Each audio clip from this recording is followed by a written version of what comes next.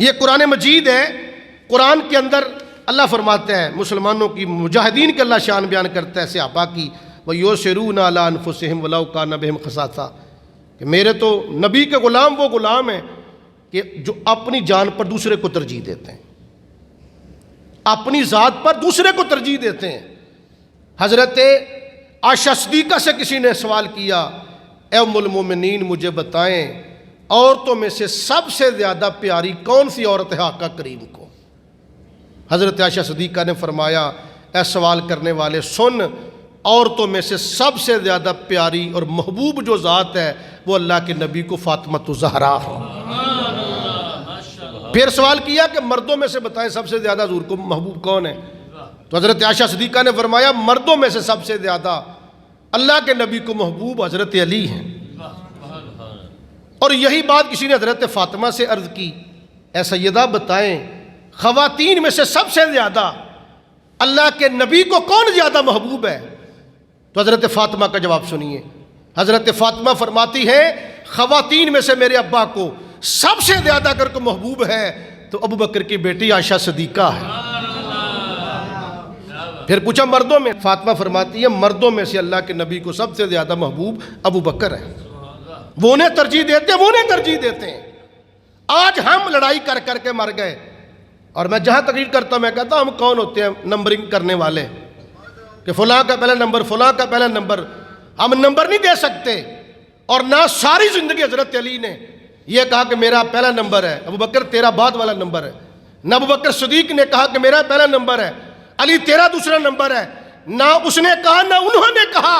لیکن یہ بات ضرور سن لیں، یہ مسجد کے اندر جب امام بنتا ہے تو کون بنتا ہے؟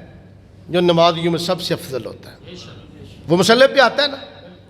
اور جب معراج کی رات تھی، فرشتے نے اذان پڑھی، دوسرے فرشتے نے اقامت پڑھی، مصلی خالی پڑا تھا، نبی پیچھے کھڑے تھے، جبریل امین نے میرے آقا کا ہاتھ پکڑ کے مصلی پہ کھڑے کر دیا تھا۔ نقطے پہ غور کرے ذرا کہ جبریل نے مصطفیٰ کو مصلی پر کھڑا کر کے نبیوں کا امام ہونے کا جبریل نے اعلان کر دیا تھا، اور مرض وصال کے اندر میرے آقا نے اپنے مصلی پر کھڑا کر کے ابو بکر کو صحابہ کا امام بنا دیا تھا۔ بتائے کوئی یہ حدیث نہیں بخاری کی؟ مرو ابا بکر فلیصلی بالناس، جاؤ جا کے ابو بکر کو کم معراج سنا دو کہ لوگوں کو جماعت کروائے۔ حضرت علی نے امام نہیں ماننا مولا حضرت مولا علی شیر خدا نے صدیق اکبر کو۔ اور پھر دوسری مزیداری کی بات یہ ہے کہ جب 9 ہجری کو حج فرض ہوتا ہے، پہلا حج فرض ہوتا ہے 9 ہجری کو، حضور خود حج کرنے نہ گئے مکے، اپنے غلام ابو بکر صدیق کو بھیجا، فرمایا جاؤ ابو بکر لوگوں کو جا کے حج پڑھا کے آؤ۔ حضرت ابو بکر صدیق کچھ صحابہ کو لے کے حج کرنے چلے گئے، پہلا حج ہے، اور میدان عرفات ادھر سے جب یہ چلے جاتے ہیں تو بعد میں کچھ آیتیں اترتی ہیں قرآن پاک کی۔ میرے آقا نے فرمایا جاؤ علی، پہلے علی کو ساتھ نہیں بھیجا، علی کو بعد میں بھیجا کہ علی یہ آیتیں لے جاؤ جا کے ابو بکر صدیق کو جا کے پہنچا کے آؤ۔